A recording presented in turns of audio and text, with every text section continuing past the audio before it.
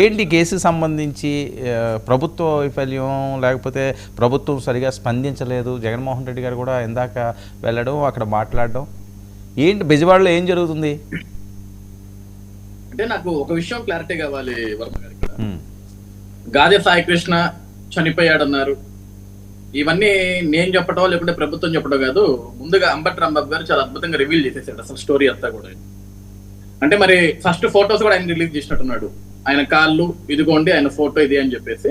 తర్వాత నాకు తెలిసినంత వరకు ఆ ఫోటోస్ అతనివి కాదు, ఎవరు నవీన్ రెడ్డి జగ్గయ్యపేట వాసి సంథింగ్ అని వాళ్ళ మేనమావ శ్రీనివాసులు రెడ్డి గారు కూడా చెప్పడం జరిగింది. అయితే గత 2-3 రోజుల నుంచి అంబటి రాంబాబు గారు ఏం చేస్తున్నారంటే పత్రికా సమావేశం పెట్టడం, ఏ విధంగా చంపేశారు సాయి కృష్ణ అనేది చాలా క్లియర్ గా కళ్ళకు కట్టినట్లుగా ఆయన చెప్పేశాడు. ఎందుకంటే చంపేశారు, 2 రోజులు చంపేసిన తర్వాత 2 రోజులు పోలీస్ స్టేషన్ లోనే ఉంచారు. అతన్ని స్మెల్ వస్తుందని తీసుకెళ్లి ప్రైవేట్ హాస్పిటల్ తీసుకెళ్లారు, మళ్ళీ అక్కడి నుంచి మార్చురీకి తీసుకొచ్చారు, మళ్ళీ మార్చురీ నుంచి బాత్రూమ్ లోకి తీసుకెళ్లారు.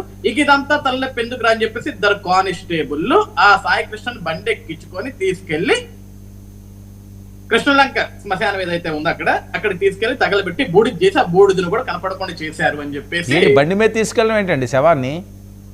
అంబటి రాంబాబు గారే చెప్పారు సార్, నాకేం బండి మీదనా? 2 కానిస్టేబుల్ మధ్యలో సాయి కృష్ణ బండి మీద కూర్చోపెట్టుకొని శ్మశానానికి తీసుకెళ్లి తగలబెట్టేసి ఆ బూడిద కూడా దొరకకుండా చేసేశారు. ఇది ఎంత అత్యంత దారుణమైన సంఘటన, బాధ కలిగించే సంఘటన అని చాలా బాధ ఆవేదనతో అంబటి రాంబాబు గారు చెప్పారండి. ఇది ఒకసారి చెప్పాల, 1కి 2 సార్లు. ఎందుకంటే 1 మీడియా ముందు చెప్పాడు, 2 ఆయన పర్సనల్ అప్పుడప్పుడు యూట్యూబ్ ఛానల్లో మాట్లాడుతుంటాడు కదా, దాంట్లో కూడా యాక్చువల్గా నేను డిబేట్కి వచ్చే ముందు కూడా అంబటి రాంబాబు గారు చాలా మాట్లాడేది మొత్తం విన్నారు చాలా క్లారిటీగా. వింటుందులో ఏం చెప్పాడంటే ఈ గాదె సాయి కృష్ణని స్టేషన్ లో చంపిన విషయం, చంపబోతున్న విషయం డీజీపీ హరీష్ గుప్తా గారికి తెలుసు, హోంమంత్రి అనిత గారికి తెలుసు, సిపి రాజశేఖర్ బాబు గారికి తెలుసు. ఇదంతా వీళ్ళ కనుసన్నలోనూ వీళ్ళ డైరెక్షన్ లోనూ జరిగింది అని చెప్పేశాడు ఆయన. నాకు అర్థం కాని విషయం ఏంటంటే అసలు గాదె సాయి కృష్ణని లాకప్ డెత్ చేస్తే ఈరోజు హోంమంత్రి గారికి కానీ, డీజీపీ హరీష్ గుప్తా గారికి కానీ, లేకుంటే సిపి రాజశేఖర్ బాబు గారికి కానీ వచ్చే లాభం ఏంటి? అంటే ఎవరి గాదె సాయి కృష్ణ?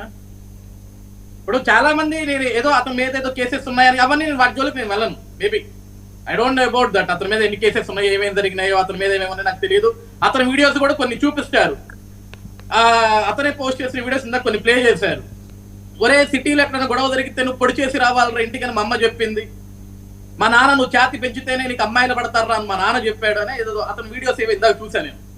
మరి ఆ వీడియోస్ అతను కాకుండా నాకు తెలియదండి, బట్ అతని వీడియోస్ అని పోస్ట్ చేశారు, అవి కూడా సోషల్ మీడియాలో నేను చూశాను.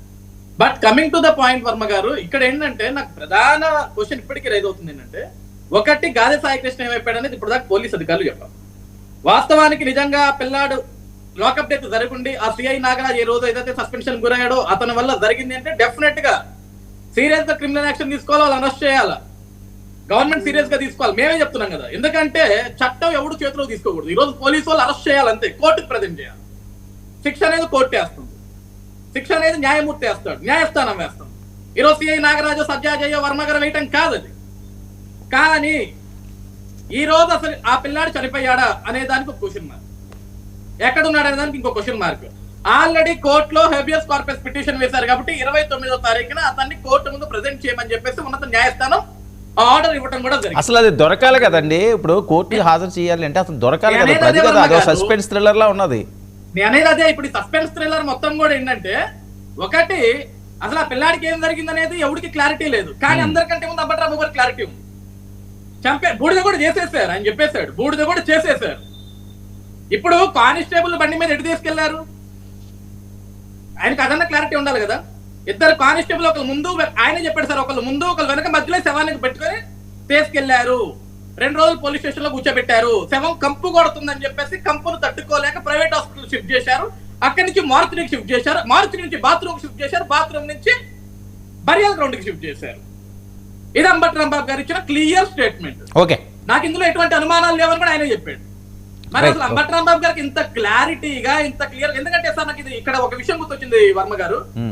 గతంలో ఈ సమయంలో అసలు ఈ సందర్భం తీసుకురాకూడదు, కానీ తీసుకొస్తున్నా. వివేకానంద రెడ్డి గారు చనిపోయినప్పుడు కూడా జగన్మోహన్ రెడ్డి గారు డెడ్ బాడీని చుట్టానికి వెళ్ళారు. ఈవెన్ పోలీసులు కూడా ధృవీకరించాల, డాక్టర్స్ కూడా ధృవీకరించాల, జగన్మోహన్ రెడ్డి గారు ధృవీకరించారు. ఎట్లా? తల మీద 3 సార్లు, వీపు మీద 4 సార్లు, ఛాతి మీద 3 సార్లు, ఇన్ని సార్లు నరికారు, నరికి 9 సార్లు నరికారని ఆయనే చెప్పాడు. మరి 9 సార్లు నరికారని ఎవరు చెప్పారు నాకైతే తెలియదు. ఈవెన్ ఆయన డెడ్ బాడీ చూడటానికి వెళ్ళినప్పుడు జగన్మోహన్ రెడ్డి గారు ఫస్ట్ రివీల్ చేశాడు. అది కూడా ఇక్కడ ఇంకొక విషయం వర్మ గారు, చివరిగా ఈ రోజు గాలి సాయి కృష్ణ చనిపోయాడో చనిపోలేదో అదొక సస్పెన్స్, మనకు తెలియదు, అది రివీల్ అవ్వాలి. ఈ రోజు జగన్మోహన్ రెడ్డి గారు ఇంటికి వెళ్ళాడు, అంబటి రాంబాబు గారి ఇంటికి వెళ్ళాడు, పరామర్శలు చేస్తున్నారు. ఎందుకు సార్ అమర్నాథ్ గౌడ్ ఇంటికి వెళ్ళలేదు? వీళ్ళందరూ తగలబెట్టేశారు, ఆ పిల్లాన్ని పాపం చంపేశారు.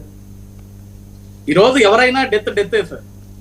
ఆ రోజు సీఎం గా ఉన్నారు, ముఖ్యమంత్రిగా ఉన్నారు జగన్మోహన్ రెడ్డి గారు, ఆ రోజు మంత్రిగా ఉన్నారు అంబటి రాంబాబు గారు. ఎందుకు సార్ ఆ కుటుంబాన్ని వెళ్ళి పరామర్శించలేదు? కనీసం ఎందుకమ్మా మేము ఉన్నాం, ఎలా జరిగిందో మేము చూసుకుంటామని ఎందుకు వెళ్ళలేదు సార్?